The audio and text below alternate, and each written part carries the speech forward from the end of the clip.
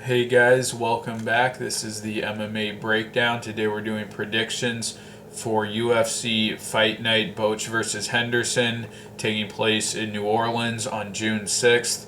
I'm filming this actually today is the morning before UFC 187, and I already have my predictions out for next week's event, Fight Night 67, Condit versus Alves. So check out those predictions. I'm trying to stay ahead with these, trying to get them out early.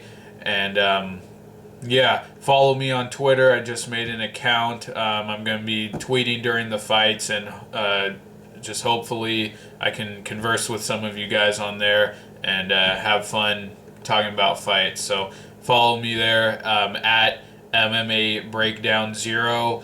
MMA and the B in breakdown are uppercase and the rest is lowercase. Follow me on there. But yeah, fight night. I think this is 68. Boetsch versus Henderson. To me, this is a perfect fight night card. This is what all of the fight nights should be. I said for Condit versus Alves, I'm not really looking forward to that card. I don't think we need an event right after 187, such a big pay-per-view. We should get some time to settle down after that, process that, and then have this great event. Not fight like Condit versus Alves or a card like that that's just a lot of filler. But this is really great. Just a ton of fun fights, a bunch of action fights, guys we care about. Not all guys at the top of their divisions, but I would say, middle of the pack guys that are semi-relevant, but really just a ton of fun matchups, and this is really perfect. And I also really like that it's in New Orleans. I just think that's kind of a cool setting for a summer card in June. They're going to be partying it up down there in Louisiana, but really looking forward to this card. All right, so starting off with the Fight Pass preliminary card at Bantamweight, tough Latin America, both finalists, both the losers in different weight classes. Jose Quinonez versus Leonardo Morales. I believe Morales was the featherweight contestant, and he's dropping down to bantamweight. And both of these guys I thought were impressive on the show. Leonardo Morales, he had a head kick knockout over Masio Fullen, was landing leg kicks throughout the fight repeatedly, and then eventually threw the head kick and knocked him out. And I thought that was a pretty intelligent performance. You rarely see an intelligent fight like that on tough from any country. So I thought that was pretty good. But then in the finale, fighting Yair Rodriguez looked really kind of just held back too much, was too hesitant, didn't get after it enough, and it wasn't like Rodriguez was putting a ton of pressure on him. He was showboating a lot, kind of held back himself, and I didn't think he looked good. I think the moment kind of got to him. And then Jose Quinonez, a really scrappy guy, had a finish in his first fight. I can't remember over who. I think it was a rear naked choke finish. And then fought Eric Perez or Alejandro Perez in the finale. And I actually thought he got robbed. I thought he won that fight. His striking looked vastly improved from the show. Looked a lot more dynamic, throwing knees, and I think he threw some elbows, but looked pretty good. And I think Quinonez will just have the more well-rounded game. He has decent grappling, okay striking. Morales, I think, will have the technical advantage on the feet, but I think the activity and the aggression of Quinonez will be enough to get the win here. So I'm going with Quinonez. Next up, at middleweight, Ricardo Abreu versus Jake Collier. Ricardo Abreu, contestant from Tough Brazil 3 the last season. And I actually thought this guy should have been fighting in the finale. I thought he beat Marcio Alexandre in the house in the semifinals. I thought he got robbed, honestly, but looked really good in the finale when he fought Wagner Silva. Got a finish. Just a super aggressive striker. Lots of forward movement and pressure. Throwing big shots all the time. And it was effective against Wagner Silva getting the finish. Jake Collier coming off of a loss to Tough Brazil 3 finalist Vitor Miranda was looking good early on in the first round. Was able to get takedowns and almost dominated the entire round, but got up, I think, with under a minute left. They got back to their feet, and Miranda fired a head kick that landed square and put him down. So I think that Abreu, being a really aggressive striker, will be able to have success on the feet. Collier, after dominating the whole round, just getting starched as soon as the fight turned into a stand-up affair. I think Abreu will be able to win this with his striking on the feet. So I'm taking Abreu. All right, on to the Fox Sports 1 preliminary card at lightweight. Joe Proctor versus Justin Edwards. Both of these guys are tough veterans. Joe Proctor from Tough 15 and Justin Edwards from Tough 13, I believe. And Proctor, I thought he looked good on the show at a submission win over Chris Tickle. I think he trains out of Joe Lozon's gym. And has put together a couple of wins in the UFC, but against pretty low-level competition. Has a couple of finishes over Larson and Salas. His striking is okay. He doesn't throw a high volume, but looks pretty composed on the feet. In the Salas fight, really waited around and then chose his moment to open up and was able to get the finish. We haven't really seen his submission ability in the UFC, but the two guys, kind of the higher level guys he's faced, he hasn't fared well against. Ramsey Nijum dropped him a few times, won the decision against him, and then his last fight against Yancy Medeiros got destroyed. I think hurt him with a spinning back kick to the body, and then got choked out with a guillotine. But Justin Edwards, I think, is another one of these guys similar to the skill level of guys that Proctor's already beaten. A guy who's not had as much success as Proctor after the show. Had that nice guillotine finish over Josh Neer a couple years ago, but since then just got ran over by Brandon Thatch in the first round. Wasn't competitive at all, and then dropped a decision to Ramsey Nijum. I thought he won the first round against Nijum, but just doesn't seem to be able to hold it together for the whole fight. And has decent skills everywhere. Okay, striking, has some wrestling and submission ability, but can't really put together a game plan and get the win. I think Edwards' activity might give Proctor some trouble. Proctor's more laid back, but I just think Proctor's smoother with the striking, more composed and technical, and just a more skilled fighter. So I'm going with Proctor here. Next up, a lightweight, Chris Wade versus Christos Giagos. Even though we've already seen these guys in the UFC, both of them have had a couple fights under their belt. I'm not sure what to make of either of these guys. Chris Wade had a really nice submission win over Cain Carrizosa in his debut. Jumped on a guillotine, an arm-in guillotine, early in the first round. Finished him pretty quickly in dominant fashion. And then his last fight against Zhang Li Peng, it was a clinch fest. Really didn't do anything but clinched with him, and he wasn't that dominant either. It was pretty back and forth and uneventful, and I thought that was kind of an underwhelming performance. Christos Giagos lost to Gilbert Burns in his debut. I think got submitted in the first round, but then his last fight against Jorge Oliveira had a pretty dominant first round submission win, took him down, took his back, and choked him out. So both guys seem to have some submission ability. I don't know anything about their careers before the UFC. Chris Wade, I think, looks a little more physically imposing, a bigger guy, and I'm just going to take Wade here. I don't see Giagos, ragdolling him and being able to get him to the ground as easily as he did to Oliveira in his last fight. So I'm going to go with Wade here, but I think this could be a close grappling match.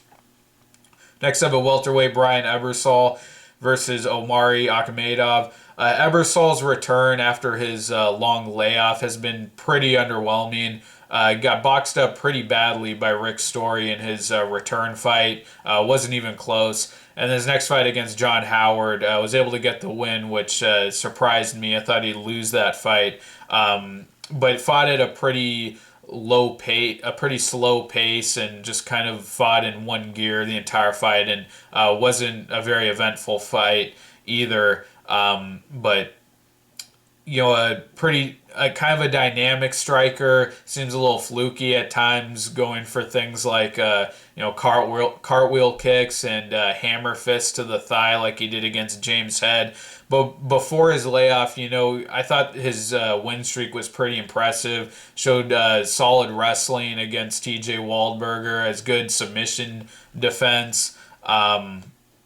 And pretty dynamic striking that can frustrate guys. Omari Akhmedov, though, just seems like a meddling fighter in the UFC. I don't think he's going to have much success. Pretty sloppy striking. He's a brawler. His striking is mostly just winging bombs. And some wrestling did just enough to get the win over Mats Nielsen last time out. Kind of got ran over by Gunnar Nelson, and then in a back and forth fight where he almost got knocked out in his debut, was able to get the knockout over Thiago Perpetuo. So I think Ebersole is skilled and dynamic enough. I think his unorthodox striking will be enough to stifle Akhmedov here and get the win.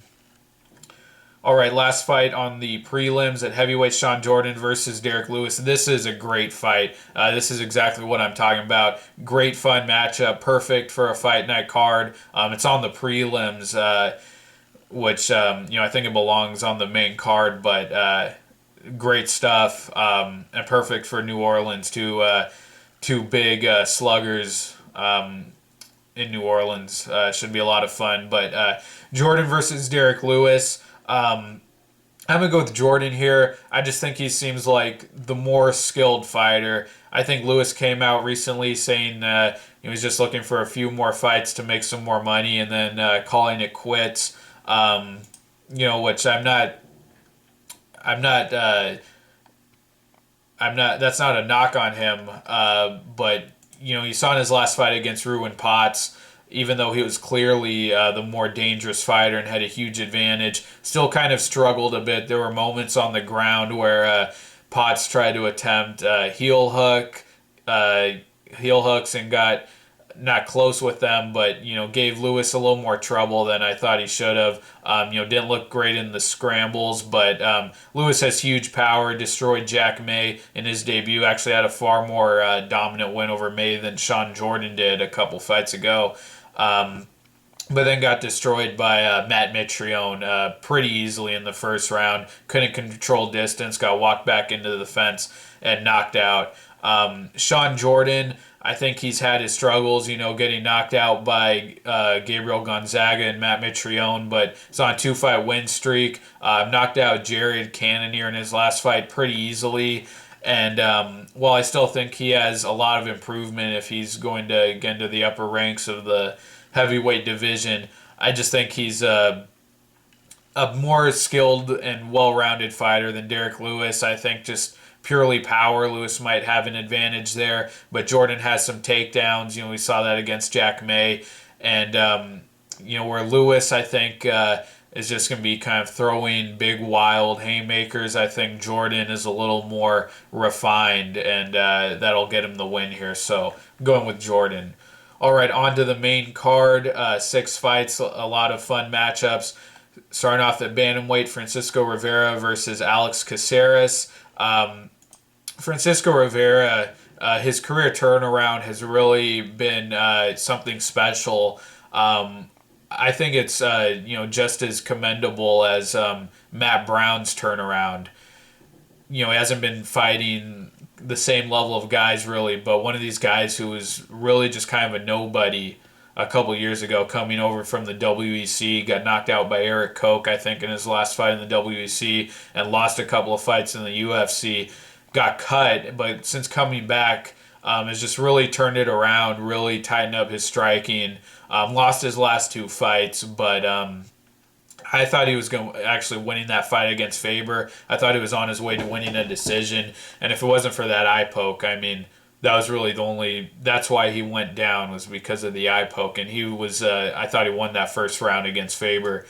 But Rivera and then Alex Caceres, who also lost to Faber a couple fights ago, but was having some success on the feet. This guy's a pretty dynamic striker, kind of a lot of movement, throws from odd angles, but he's almost, I think, more dynamic than he is fundamentally sound. A good scrambler, but doesn't really have great wrestling, has some submission ability. Lost his last fight to Masanori Kanehara, which is, I think he's kind of an unknown fighter from Japan. And, after being competitive with Faber, I don't think he should be losing to, kind of unknown guys after that. Doesn't really make sense to me. But I think that points to him not really being fundamentally sound. In the fight against Sergio Pettis, I thought was really getting tuned up on the feet before getting the Hail Mary takedown and submission at the end. And, other than that, hasn't really beaten any great guys, but he is athletic, a good scrambler, unorthodox striking, but I don't think that's enough to get past Rivera here. Rivera struggled on the ground. Mitsugaki really exposed that a couple fights ago. He was also dropped by Mitsugaki, but Rivera's striking is pretty tight and skillful at this point. I just think he's going to outstrike Caceres. I think he has a big power advantage, and I really like Rivera here. All right, moving on, another bantamweight fight, Joe Soto versus Anthony Birchak. I think this is the matchup that was supposed to go down at 177 before Soto stepped up to fight Dillashaw. But, Soto, for stepping up and fighting Dillashaw, I think, people kind of overrated his performance. I mean, I think that went into the fourth round, I believe. Did okay against Dillashaw, who was the champion. He landed a few shots, but I don't know, seemed kind of just kind of like an okay striker, nothing really great. I don't know, but Anthony Birchak lost to Ian Entwistle his last time out, got heel hooked in the first round. A lot of people, I think, expected him to win because Entwistle had kind of he had his leg lock game shut down by Dan Hooker in the fight before that, but Birchak just got ran through in the first round. I'm going to take Soto here. Had an okay performance against the champ Dillashaw, and Birchak, got caught by a one-trick pony guy. So I'm going to go with Soto, but I don't really know because I had never watched either of these guys' fights before the UFC. Moving on to featherweight, Thiago Tavares versus Brian Ortega. This is a really interesting matchup to me, and I'm excited to see Brian Ortega again after his year-long suspension. But it came after a very impressive victory, I thought, over Mike De La Torre. It was just coming off of a knockout win, but I thought he looked really good in his debut fight against De La Torre. Was able to take De La Torre's back standing, got the body triangle, and got the standing rear naked choke. Thought it was a pretty impressive win and showcase of his submission ability. Thiago Tavares has looked really good lately. Has really kind of picked up his game. He's more aggressive now, but beating guys that aren't really good. I wouldn't even say mid-level guys, really. Getting submissions over Peralta and Salas his last couple of fights. Those are really the fights where he's turned it on. Before that, got stopped by Nurmagomedov, and then had kind of lackluster wins over Stout and Fisher. I'm gonna take Tavares here. I think it's just a safer pick. More experience in the UFC. Has looked really aggressive lately. Good aggressive striking and effective submissions.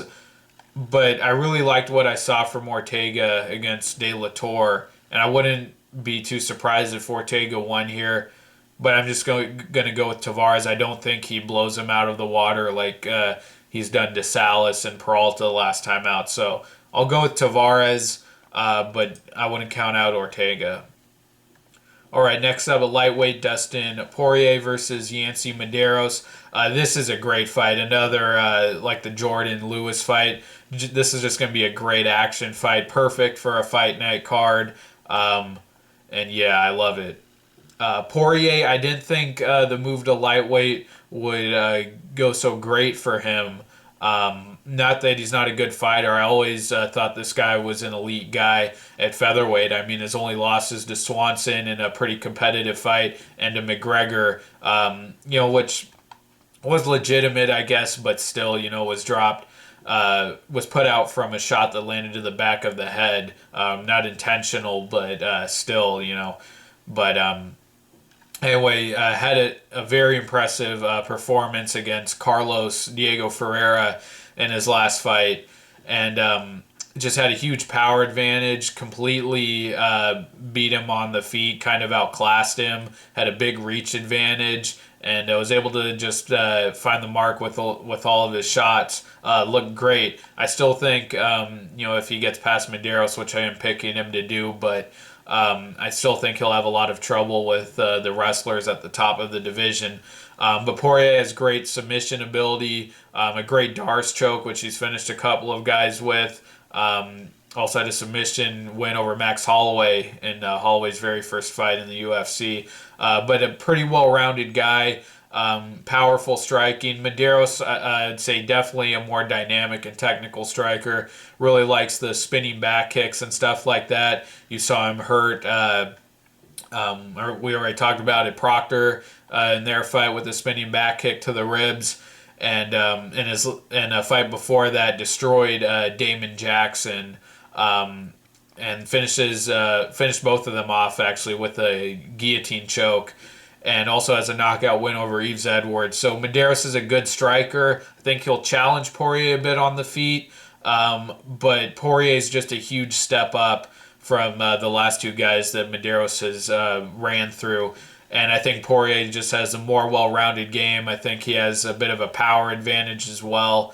If he can mix together his takedowns and his striking, I think he can definitely get the win here. But, Poirier struggled with McGregor's movement and kind of, the dynamic striking. Medeiros, I think, could challenge him there, but still going with Poirier. All right, moving on to the co-main event at heavyweight, Ben Rothwell versus Matt Mitrione. Another just fantastic matchup. Should be a lot of fun. Someone has to get knocked out here, but Ben Rothwell coming off of a first-round knockout over Overeem, and actually picked I called a first-round knockout for Rothwell in that fight. And Matt Mitrione just looking better than ever. I mean, the guy is how old is he? 36, but just looks more youthful and more spry really than ever. He's really looking like a high-level kickboxer. I really think he's really improving down at the Black Zillions gym. And you saw against Derek Lewis, just controlled distance beautifully.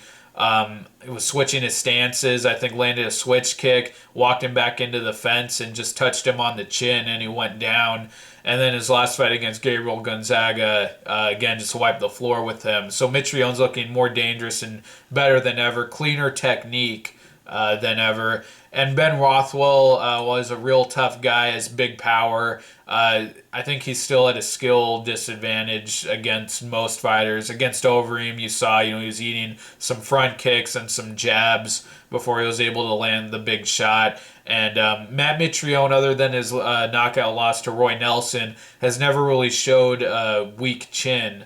So I don't see Rothwell being able to get the knockout. I don't think that's very likely here. I mean, he has the chance, but I don't think he can get it easily. And Mitrione just being the way more technical at this point and clean striker, I think is going to have a big technical advantage. And I think if he doesn't finish Rothwell, I definitely think he can outstrike him, outpoint him enough to get the decision. So I'm going with Mitrione here. And I say that because Rothwell isn't. I don't think he's even been knocked out in the UFC. He hasn't even been finished, has he? Oh, he got finished by Gonzaga. Got submitted. Wasn't hurt on the feet, and then had the loss to Velasquez in his first fight. But that was a early stoppage. A lot of people thought so. Yeah, Rothwell's a pretty durable guy. I don't think Mitrione finishes him, but I think it's a pretty. It's a one-sided beating, and I think Mitrione gets the decision here. All right, the main event after Cormier got pulled, the fight this weekend today, fight Anthony Johnson for the belt. The new main event, Boetsch versus Henderson. Henderson coming back down to middleweight, came back down his last fight, and lost to Gegard Mousasi. And guys, if you don't think Henderson should retire by now, I don't know what to tell you. Mousasi, who has he ever put down? When was Mousasi ever a one-shot knockout guy? His last fight against Dan Henderson, dropped him with, I think, the first punch he threw and landed, just put him down. And, a lot of people complained that it was an early stoppage. May have been, but I really don't care. I mean, Henderson got dropped, was dazed, and I don't want to see the guy get hurt. I mean, he had a patch over his eye, I think, after that fight, and, just saying how he got jobbed by the ref. Guys, Henderson's chin is so brittle at this point. I thought this guy should have retired after his loss to Belfort. For a while there, he was able to hang around and, drop the decisions to Machida and Rashad. Those were kind of both close fights. He wasn't looking terrible at that point. But then I think Belfort just put the nail in the coffin, destroyed him in the first round. Same thing, just the first punch he threw, he went down. Was able to get the win against Shogun, but nearly got finished on a couple of occasions before that point. Got dropped several times. Cormier destroyed this guy. Mousasi destroyed him in his last fight. Dropped him with the first punch he landed. And we haven't even talked about Boetsch yet, but Boetsch, even though I think he's been on a bit of a decline, he's still the younger guy. He's a big, strong, powerful guy, coming off of a knockout over Tavares a couple fights ago. I think it's just going to be the same case here. He's got huge power, and I think Henderson's going to go down on the first shot that Boetsch lands. And I love Dan Henderson. This was kind of my first MMA hero when I just got into the sport. But he's just completely immobile now. He's too old. His chin is super brittle. And he's going down. I mean, he's always got the H-bomb, but that's just so unlikely at this point because, he's barely mobile enough to make that effective. Henderson from a couple of years ago, I'd say would have a speed advantage here and could probably take Boetsch down, but he's going to be outsized. Boetsch is a way bigger guy than Henderson, and he's got big power. Boetsch in his last fight against Talis Leites, I expected him to get finished actually sooner than he did. He was pretty durable and was actually able to hurt Leites, I think, at one point on the feet, but still got overwhelmed, got hurt on the feet, and subbed out on the ground. The fight against Tavares, I thought he was looking pretty bad. Was getting beaten up throughout the fight, losing in the clinch. Didn't look as strong as Tavares, but pulled out the Hail Mary knockout. And I thought the fight against CB Dalloway was really the turning point, where he didn't look so great anymore. Got the decision there, but I thought Dalloway got robbed. He was really kind of lighting him up on the feet, and then got ran over by Rockhold in their fight. And before that, also lost fights to Munoz and Philippou. So I don't think Boetsch is really a contender anymore, but I just don't see Henderson having any chance. I think he's going down real quick. Boetsch by first round knockout. All right, guys. Well, those are my predictions for UFC Fight Night Boetsch versus Henderson. Thank you so much for watching. Please like the video, comment, and subscribe. Check out my predictions for next week's event, Fight Night Condit versus Alves. And I'll continue my predictions throughout the summer. I'm trying to do recaps for all of the summer events as well. And I already have a recap for the Manila Fight Night card, and we'll have one next week for UFC 187. And follow me on Twitter again at MMA Breakdown 0. Let's just talk there and have fun. But thank you guys. Take care, and I'll see you next time. Bye.